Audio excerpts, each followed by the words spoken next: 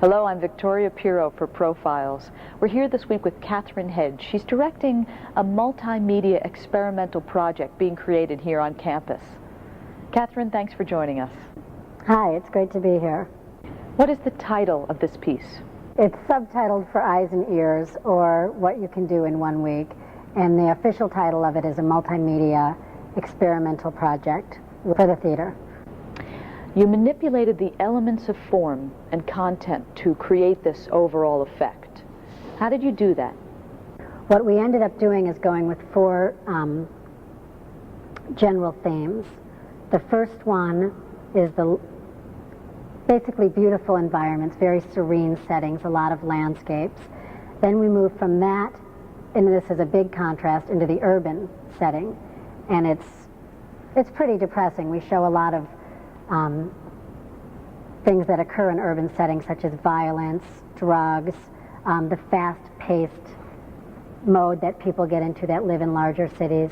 After that, we have a transition. We end with gangs and violence and drugs, and then we go into protest, the different things people protest about, and also one person standing up for their rights, pretty much combating an entire government or an entire institution. Then we move from that in a roundabout way into war and all of the destruction and death with war. Then we go back to nature and end with the same image that we started out with. What was the process in putting an event like this together? What we did when we were sequencing the slides, actually putting it together with the music, is because you have 3 screens and you have 2 projectors per screen, you can have one slide dissolve on top of another, okay, just on one screen. Then you can have a big image up on the middle screen. You could jump from one screen to the next, and then you can do like quick fades from one screen to the next, or going back and forth between 2 images on one screen. So there's an infinite amount of things you can do with the 6 projectors and the 3 screens as far as what the rhythm of the slides are going to be.